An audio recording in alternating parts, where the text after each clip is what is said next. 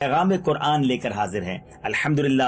ہر programme میں ہم قرآن پاک کا ایک واقعہ سنتے ہیں اور اس سے ملنے والے میسج کو سمجھتے ہیں۔ اسی طرح ہر پروگرام کے آخر میں ایک خوبصورت سیگمنٹ بھی شامل کرتے ہیں جس کا نام تعارف قرآن ہے، جس میں قرآن پاک کی کسی ایک سورت کا تعارف بھی حاصل کرتے ہیں۔ آج کون سا واقعہ سننا ہے اور اس سے کیا پیغام لینا ہے؟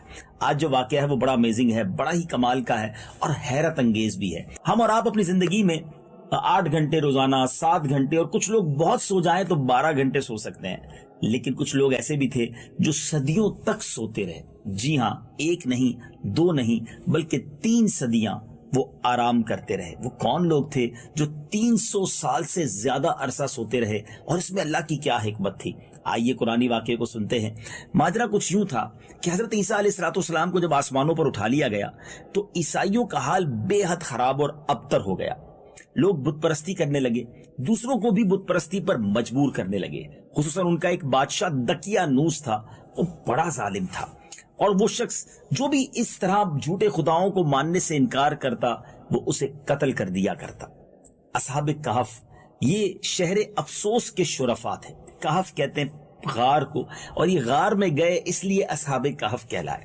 شہر افسوس کے شریف لوگ تھے اور بادشاہ کے معزز درباری بھی تھے، مگر یہ لوگ صاحب ایمان تھے، اللہ کے سوا کسی اور کی عبادت نہیں کرتے تھے۔ دقیانوس کے ظلم و جبر سے پریشان ہو کر یہ لوگ اپنا ایمان بچانے کے لیے اس کے دربار سے بھاگ نکلے اور قریب یہ غار میں جا کر انہوں نے پناہ لے لی، اور پناہ گزین ہوئے، تھک گئے تو سو گئے۔ اب کیا ہوا؟ کتنا سوئے؟ یہ لوگ 300 برس سے زیادہ عرصے تک سوتے رہے۔ اللہ کی شان دیکھیں کہ 300 برس سے زیادہ عرصے تک انہیں نیند آ گئی۔ اب دقیانوس نے جب ان لوگوں کو نہ پایا تو تلاش کرنے کا حکم دیا، تو کسی نے بتایا کہ وہ فلاں غار میں جا کر چھپ گئے ہیں۔ بادشاہ کو بڑا غصہ آیا اور بادشاہ نے حکم دیا کہ ان کو باہر نکالنے کے بجائے اس پہاڑ کے جو منہ ہے، پہاڑ کا جو دہنا ہے، اسی پر دیوار بنا دی جائے تاکہ یہ اندر ہی مر جائیں، یہی پہاڑ ان کی قبر بن جائے۔ اب جس کو دیوار بنانے کا حکم دیا تھا وہ خدا ترس آدمی تھا، نرم دل آدمی تھا، اور وہ بھی صاحب ایمان تھا۔ اس نے کیا کیا کہ اصحاب کہف کے نام لکھے اور ان کی تعداد اور ان کا پورا واقعہ لکھ کر اس جو دیوار بنا رہے تھے اس دیوار کے اندر اس کی جڑ میں وہ تختی بھی رکھ دی، اور ایسی ایک تختی شاہی خزانے میں بھی رکھ دی۔ اب کیا ہوا؟ کچھ دنوں کے بعد دقیانوس بادشاہ کا تو انتقال ہو گیا، سلطنتیں بدلتی رہیں، اور یہاں تک کہ ایک نیک دل اور انصاف پرور بادشاہ جس کا نام تھا بیدروس، وہ تخت نشین ہو گیا۔ اس نے 68 سال تک بہت ہی شان و شوکت کے ساتھ حکومت کی۔ اس کے دور میں، بیدروس بادشاہ کے دور میں، ایک عجیب سا فرقہ شروع ہوا، اور اس فرقے کے لوگوں نے یہ اعتراض کرنا شروع کیا کہ مرنے کے بعد کیسے لوگ اٹھائے جائیں گے اور قیامت کیسے طاری ہوگی۔ اس کا انکار کرنے لگے کہ یہ ممکن نہیں ہے کہ مرنے کے بعد پھر زندہ بھی کیا جائے گا اور قیامت بھی آئے گی۔ بادشاہ ان لوگوں کا حال دیکھ کر بہت غمگین ہوا، اور وہ تنہائی میں ایک مکان کے اندر بند ہو کر اللہ کی بارگاہ میں دعا کرنے لگا کہ مولا کریم مجھے اپنی قدرت کا ایک ایسا نظارہ دکھا دے، اپنی قدرت کی کوئی ایسی نشانی ظاہر کر دے تاکہ لوگ مرنے کے بعد دوبارہ اٹھنے اور قیامت کے طاری ہونے کا اقرار کر لیں، مان جائیں، یقین ہو جائے انہیں۔ اب بادشاہ کی یہ دعا کیسے مقبول ہوئی؟ دیکھیے اللہ کی شان کہ ایک چرواہا تھا، بکریوں کو چرانے والا، وہ بکریوں کو چراتے چراتے اسی غار کے دہانے پر پہنچ گیا، اور یہ اب 300 سال سے زیادہ کا عرصہ ہو چکا تھا۔ اس چرواہا نے کیا کیا کہ اس دیوار کو توڑ دیا جو غار کا منہ پر بنی ہوئی تھی۔ جیسی دیوار ٹوٹی تو ایسی ہیبت طاری ہوئی کہ وہاں جتنے لوگ تھے سب بھاگ گئے، اور اللہ کی شان دیکھیں کہ اب ان پر جو نیند طاری تھی اصحاب کہف پر، ان کی آنکھ کھلی، وہ سمجھے کہ ہم نارمل نیند کر کے اٹھے ہیں، وضو کیا اور انہوں نے نماز ادا کی۔ اب فیل ہوا کہ بھوک لگی ہے، تو کسی ایک ساتھی کو کہا کہ اس کا نام یملیخا تھا کہ بازار جاؤ اور کچھ کھانا لے کر آ جاؤ، اور ذرا یہ بھی معلوم کرو کہ دقیانوس کے بادشاہ کے اب کیا ارادے ہیں، ہمارے بارے میں اس نے کیا پلان بنایا ہے۔ یملیخا غار سے باہر نکلے اور باہر نکل کر حیران ہو گئے کہ ہر طرف اسلام کا چرچا ہے، ماحول چینج ہے، اور وہ ظلم و ستم کی فضا نہیں ہے۔ بڑا حیران کہ یہ اتنا اچانک یہ کیسے سب کچھ ہو گیا۔ یہاں تو اسلام کا نام لینا جرم تھا، اور یہاں گلی گلی میں لوگ کلمہ پڑھ رہے ہیں اور اسلام کی باتیں ہو رہی ہیں۔ بہرحال وہ ایک نان بائی کی دکان پر گیا، ایک تندور پر گیا اور جا کر روٹی خریدنے کی کوشش کی، تو اس کے پاس جو پیسے تھے یملیخا کے پاس، یہ 300 سال پرانے پیسے تھے، دقیانوس بادشاہ کے دور کے پیسے تھے۔ جیسی اس نے وہ سکہ دیا اس دکاندار کو، اس نان بائی کو، روٹی بنانے والے کو، تو وہ حیران ہو گیا کہ لگتا ہے اس بندے کو کہیں سے کوئی خزانہ ملا ہے جو اتنی پرانی کرنسی لے کر آیا۔ تو اس نے فوراً دکاندار نے حکام کو بلایا، سپاہیوں کو بلایا اور اس شخص کو حکام کے حوالے کر دیا۔ اب اس نے حکام کے حوالے جب یملیخا کو کیا تو حکام نے یعنی پولیس والوں نے اسے پکڑ لیا اور کہا پہلے یہ بتاؤ تمہارا خزانہ کہاں سے ملا ہے؟ اس نے کہا مجھے تو کوئی خزانہ نہیں ملا۔ تو کہا یہ پیسے کہاں سے آئے تمہارے پاس؟ یہ تو صدیوں پرانے پیسے ہیں، اس کا تو چال چلن ختم ہو چکا ہے۔ تو اس شخص نے کہا کہ نہیں، یہ تو ہمارے ہی زمانے کا روپیہ ہے اور ہم یہی پیسے استعمال کرتے تھے۔ تو اچھا یہ بتاؤ کہ دقیانوس بادشاہ کا کیا حال ہے؟ یملیخا نے پوچھا۔ تو انہوں نے کہا اس نام کا تو کوئی بادشاہ نہیں ہے، ہاں صدیوں پہلے ایک بادشاہ ہوا کرتا تھا، ابھی تو بیدروس بادشاہ کا زمانہ ہے۔ بہرحال یہ دونوں ہی طرف حیرانگی تھی کہ ہوا کیا ہے، یعنی یملیخا کو بھی سمجھ نہیں آ رہا تھا کہ یہ کون سی باتیں ہو رہی ہیں اور وہ لوگ بھی حیران تھے کہ یہ اتنی پرانی باتیں کیوں کر رہے ہیں۔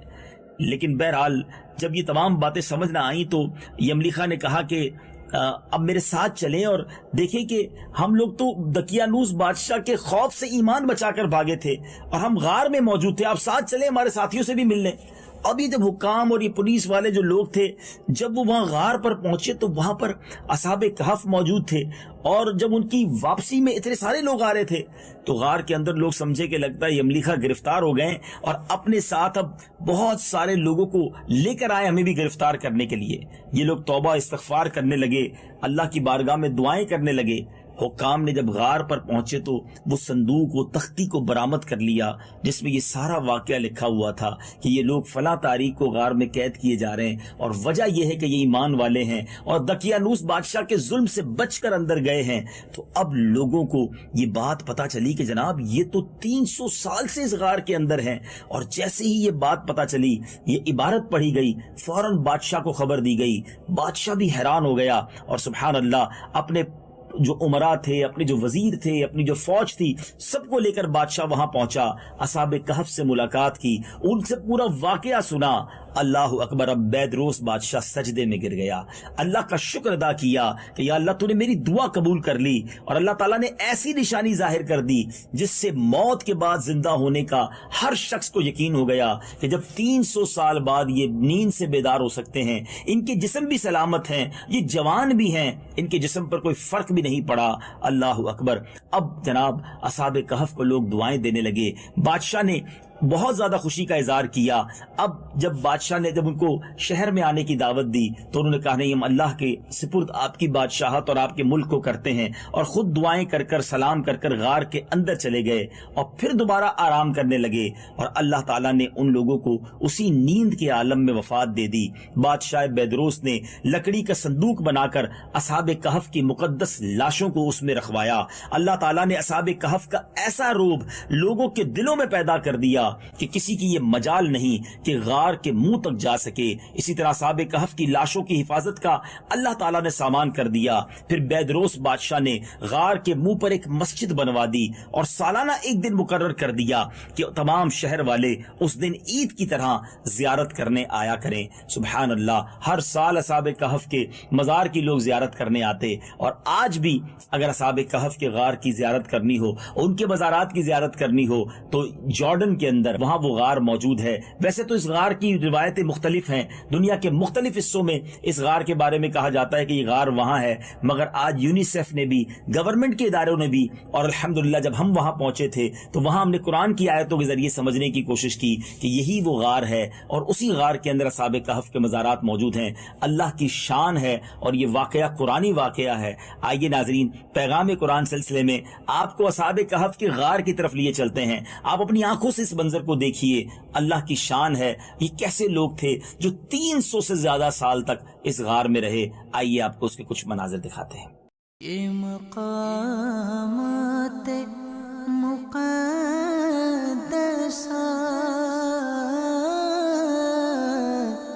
یہ مقامات مقدسہ اللہ والوں سے ہے جو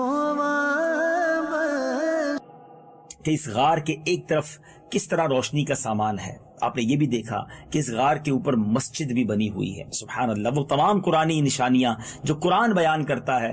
اصحاب رقیم انہیں کہا گیا اور اس علاقے کو رقیم بھی کہا جاتا ہے. بہرحال اصحاب کہف کی تعداد کتنی تھی؟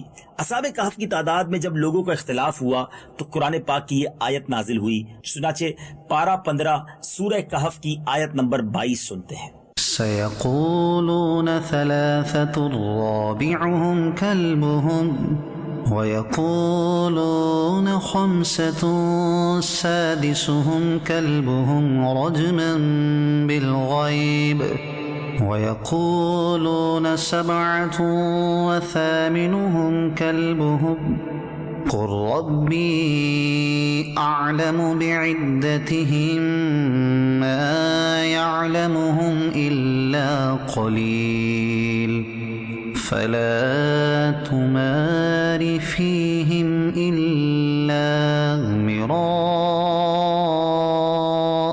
ظاهرا ولا تستفت فيهم منهم أحدا. اب کہیں گے کہ وہ 3 ہیں، چوتھا ان کا کتا، اور کچھ کہیں گے 5 ہیں، چھٹا ان کا کتا، بے دیکھے الاؤ تکا یعنی بے تکی بات، اور کچھ کہیں گے 7 ہیں اور 8واں ان کا کتا. تم فرماؤ میرا رب ان کی گنتی خوب جانتا ہے، انہیں نہیں جانتے مگر تھوڑے، تو ان کے بارے میں بحث نہ کرو مگر اتنی ہی بحث جو ظاہر ہو چکی، اور ان کے بارے میں کسی کتابی سے کچھ نہ پوچھو. حضرت عبداللہ ابن عباس رضی اللہ تعالیٰ عنہما نے فرمایا کہ میں انہی کم لوگوں میں سے ہوں جو اصحاب کہف کی تعداد کو جانتے ہیں. پھر آپ نے فرمایا کہ اصحاب کہف کی تعداد 7 ہے اور 8واں ان کا کتا ہے. اللہ اکبر. قرآن مجید فرقان حمید میں اصحاب کہف کا حال کس طرح بیان ہوا؟ چنانچہ سورہ کہف پارہ نمبر 15 کی آیت نمبر 9 تا 13 کی تلاوت سنیے، اس کا ترجمہ سنیے اور اپنے ایمان کو تازہ کیجیے.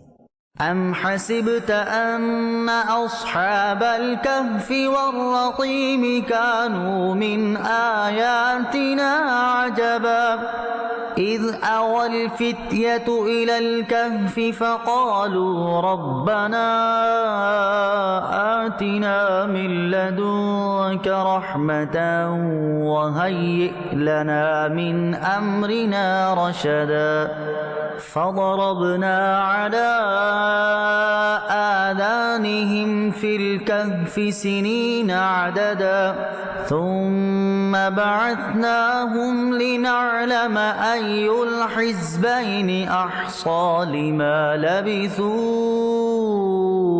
أمدا نحن نقص عليك نبأهم بالحق انہم فتیۃ آمنوا بربہم وزدناہم ہدی. کیا تمہیں معلوم ہوا کہ پہاڑ کی کھو اور جنگل کے کنارے والے ہماری ایک عجیب نشانی تھے؟ جب ان جوانوں نے غار میں پناہ لی پھر بولے اے ہمارے رب ہمیں اپنے پاس سے رحمت دے اور ہمارے کام میں ہمارے لیے راہ یابی یعنی راہ پانے کے سامان کر. تو ہم نے اس غار میں ان کے کانوں پر گنتی کے کئی برس تھپکا. پھر ہم نے انہیں جگایا کہ دیکھیں 2 گروہوں میں کون ان کے ٹھہرنے کی مدت زیادہ ٹھیک بتاتا ہے. ہم ان کا ٹھیک ٹھیک حال تمہیں سنائیں. وہ کچھ جوان تھے کہ اپنے رب پر ایمان لائے اور ہم نے ان کو ہدایت بڑھائی. ناظرین اب سنتے ہیں کہ اصحاب کہف کے نام کیا تھے. نام اس زمانے کے تھے اس لیے ہمیں آج لینا مشکل ہے. بہرحال جو کتابوں میں لکھا ہے مکس ملینا، یملیخا، تونس، نینوس، ساریونس، زنوانس، فلسطیونس، یہ آخری چرواہے تھے جو راستے میں ساتھ ہو لیے تھے، اور ان لوگوں کے کتے کا نام کتمیر تھا. اللہ اکبر. اور اصحاب کہف کے ناموں کی تاثیر کتنی شاندار ہے. حضرت ابن عباس رضی اللہ تعالیٰ عنہ سے روایت ہے کہ اصحاب کہف کے ناموں کا تعویذ 9 کاموں کے لیے فائدہ مند ہے. نمبر 1 بھاگے ہوئے کو بلانے کے لیے اور دشمن سے بچ کر بھاگنے کے لیے. نمبر 2 آگ بجھانے کے لیے کپڑے پر لکھ کر آگ میں ڈال دے. نمبر 3 بچوں کے رونے اور تیسرے دن آنے والے بخار کے لیے. نمبر 4 درد سر کے لیے دائیں بازو پر باندھیں. نمبر 5 ام الصبیان کے لیے گلے میں پہنائے. نمبر 6 خشکی اور سمندر میں سفر میں محفوظ ہونے کے لیے، نمبر 7 مال کی حفاظت کے لیے، نمبر 8 عقل بڑھانے کے لیے، اور نمبر 9 گناہ گاروں کی نجات کے لیے۔ اللہ اکبر، ان کے ناموں کی برکت اتنی ہے، سبحان اللہ۔ اصحاب کہف کتنے دنوں تک سوتے رہے جب قرآن کی آیت وَلَبِثُوا فِي كَهْفِهِمْ 300 سِنِينَ وَازْدَادُوا 9، اور وہ اپنے غار میں 300 برس ٹھہرے 9 اوپر۔ تو کفار کہنے لگے کہ ہم 300 برس کے متعلق تو جانتے ہیں کہ اصحاب کہف اتنی مدت تک غار میں رہے، مگر ہم 9 برس کو نہیں جانتے۔ تو پیارے آقا علیہ الصلوۃ والسلام نے فرمایا تم لوگ شمسی سال جوڑ رہے ہو، اور قرآن مجید نے قمری سال کے حساب سے مدت بیان کی ہے، اور شمسی سال کے ہر 100 برس میں 3 قمری سال بڑھ جاتے ہیں۔ سبحان اللہ، آج بھی اگر ہم دیکھیں تو ہر 32-33 سالوں بعد اسلامک ایئر اور جو ہمارا کیلنڈر ایئر ہے اس میں 1 سال کا فرق آ جاتا ہے، تو 100 سال میں 3 سال کا فرق اور 300 سال میں 9 سال کا فرق، یعنی گویا 309 قمری سالوں تک یہ سوتے رہے۔ یہ قرآن میں آیا۔ اب یہاں پر جو ہمیں سبق ملتا ہے، اس واقعے سے سیکھنے کو کیا ملتا ہے؟ یاد رہے مرنے کے بعد زندہ ہو کر اٹھنا حق ہے، اور اصحاب کہف کا واقعہ اس کی نشانی اور دلیل ہے، اور یہ قرآن مجید میں موجود ہے۔ نمبر 2، جو اپنے دین و ایمان کی حفاظت کے لیے اپنا وطن چھوڑ کر ہجرت کرتا ہے، اللہ تعالیٰ غیب سے اس کی حفاظت کا سامان فرماتا ہے، ایسی مدد کرتا ہے کہ عقل بھی حیران ہو جاتی ہے، سبحان اللہ۔ نمبر 3، اللہ والوں کے ناموں میں برکت اور نفع بخش تاثیر ہوتی ہے، سبحان اللہ، ان کے ناموں میں کتنی برکت ہے۔ نمبر 4، بیدروس ایک ایماندار اور نیک دل بادشاہ تھا، اصحاب کہف کے غار کی زیارت کے لیے اس نے ایک دن مقرر کر دیا۔ اس سے معلوم ہوا کہ بزرگوں کے عرس کا دستور زمانہ قدیم سے چلا آ رہا ہے، یہ نیک لوگوں کا انداز ہے اور بہت پرانا ہے، سبحان اللہ۔ اسی طرح بزرگوں کے مزارات کے پاس مسجد تعمیر کرنا اور وہاں عبادت کرنا بھی بہت پرانا اور مبارک طریقہ ہے، کیونکہ بیدروس بادشاہ نے اصحاب کہف کے غار کے پاس ایک مسجد بنا دی تھی، جس کا ذکر قرآن مجید کی سورہ کہف میں ہے۔ اور ایک اور عشق والی بات کہ اصحاب کہف تو جنت میں جائیں گے، مگر وہ کتا جو ان کی غار پر چوکیداری کے لیے تھا، علماء فرماتے ہیں کہ وہ بھی جنت میں جائے گا۔ مجھے بتائیے نا، اس کتے نے کیا عبادت کی تھی؟ وہ تو انسان بھی نہیں ہے، مگر چونکہ اللہ والوں کا ساتھ ہو گیا تو وہ بھی جنت میں چلا جائے گا۔ اس سے پتا چلا کہ نیکوں کی صحبت انسان کو کیا خوش نوازتی ہے۔ ہم بے عمل ضرور ہوں، اگر اللہ والوں کے ساتھ نصیب ہو جائے، ان کی صحبت نصیب ہو جائے، تو انشاءاللہ اس کی برکت سے ہمارا بھی بیڑا پار ہو جائے گا۔ امید رکھتا ہوں قرآن کے اس عجیب واقعے کو سن کر ایمان بھی تازہ ہوا ہوگا، رب کی قدرت پر یقین مزید بڑھا ہوگا، اور اب انشاءاللہ نیت کر لیجئے کہ ہم بھی نیکوں کی صحبت اپنائیں، اپنی کمپنی اچھی کر لیں، ہمارا ساتھ، ہمارا اٹھنا بیٹھنا اللہ والوں کے ساتھ، نمازیوں کے ساتھ، نیک لوگوں کے ساتھ ہو جائے تو انشاءاللہ بیڑا پار ہو جائے گا۔ اور دعوت اسلامی کا ماحول وہ ماحول ہے جس میں ہمیں ایسے لوگ ملتے ہیں کہ جن کے ساتھ رہ کر ہم برکتیں حاصل کر سکتے ہیں۔ اللہ کرے ہم سارے دعوت اسلامی کے اس پیارے ماحول سے وابستہ ہو جائیں۔ وقت ہوا ہے ہمارے خوبصورت سیگمنٹ کا، جس کا نام ہے تعارف قرآن۔ پیغام قرآن۔ ناظرین، اب وقت ہوا ہے تعارف قرآن کا۔ اس سیگمنٹ میں ہم قرآن پاک کی ایک سورت کا تعارف سنتے ہیں، اور آج سورہ التکویر کا ہم تعارف سنیں گے۔ مقام نزول: سورہ تکویر مکہ مکرمہ میں نازل ہوئی ہے۔ رکوع اور آیات کی تعداد: اس سورت میں 1 رکوع ہے اور 29 آیتیں ہیں۔ تکویر نام رکھنے کی وجہ، تکویر کا معنی ہے لپیٹنا، اور اس سورت کا یہ نام اس کی پہلی آیت میں مذکور لفظ کورت سے ماخوذ ہے۔ سورہ تکویر کے بارے میں حدیث پاک حضرت عبداللہ بن عمر رضی اللہ تعالیٰ عنہما سے روایت ہے، رسول کریم علیہ الصلوۃ والسلام نے ارشاد فرمایا، جسے یہ پسند ہو کہ وہ قیامت کے دن کو ایسا دیکھے گویا وہ نظر کے سامنے ہے، تو اسے چاہیے کہ سورہ تکویر اور سورہ اذا السماء انفطرت اور سورہ اذا السماء انشقت پڑھے۔ یہ واقعی 3 سورتیں ناظرین پڑھنے سے تعلق رکھتی ہیں۔ اس کو پڑھیں اور اس کا ترجمہ دیکھیں تو دل دہل جائے گا، آنکھوں سے آنسو بہہ نکلیں گے۔ قیامت کیسے طاری ہوگی، اس کا شاندار نقشہ قرآن میں موجود ہے۔ سورہ تکویر کے مضامین کیا ہیں؟ اس سورت کا مرکزی مضمون یہ ہے کہ اس میں قیامت کے احوال بیان کیے گئے ہیں، اور قرآن مجید کے اللہ تعالیٰ کا کلام ہونے کو ثابت کیا گیا ہے، اور اس میں یہ مضامین بیان کیے گئے ہیں۔ نمبر 1، اس سورت کی ابتدائی 13 آیات میں قیامت کے چند ہولناک امور بیان کر کے فرمایا گیا کہ جب یہ چیزیں واقع ہوں گی تو اس وقت ہر جان کو معلوم ہو جائے گا کہ وہ کون سی نیکی یا بدی اپنے ساتھ لے کر اللہ تعالیٰ کی بارگاہ میں حاضر ہوئی ہے۔ نمبر 2، الٹے اور سیدھے چلنے والوں، ستاروں، رات کے آخری حصے اور صبح کی قسم کھا کر فرمایا گیا کہ بے شک قرآن مجید عزت والے رسول حضرت جبرائیل کا پہنچایا ہوا کلام ہے۔ نیز حضرت جبرائیل علیہ السلام کی شان بھی اس میں بیان کی گئی ہے۔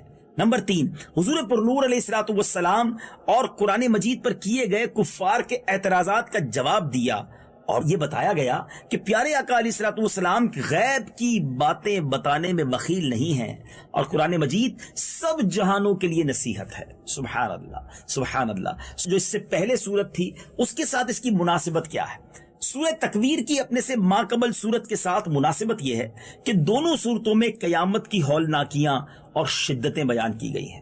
اللہ تعالیٰ مجھے اور آپ کو قیامت کی سختیوں سے محفوظ فرمائے، قیامت کی پیاس میں نبی پاک کے ہاتھوں جام کوثر عطا فرمائے، اور قیامت کی گرمی میں اپنے عرش کا سایہ نصیب فرمائے۔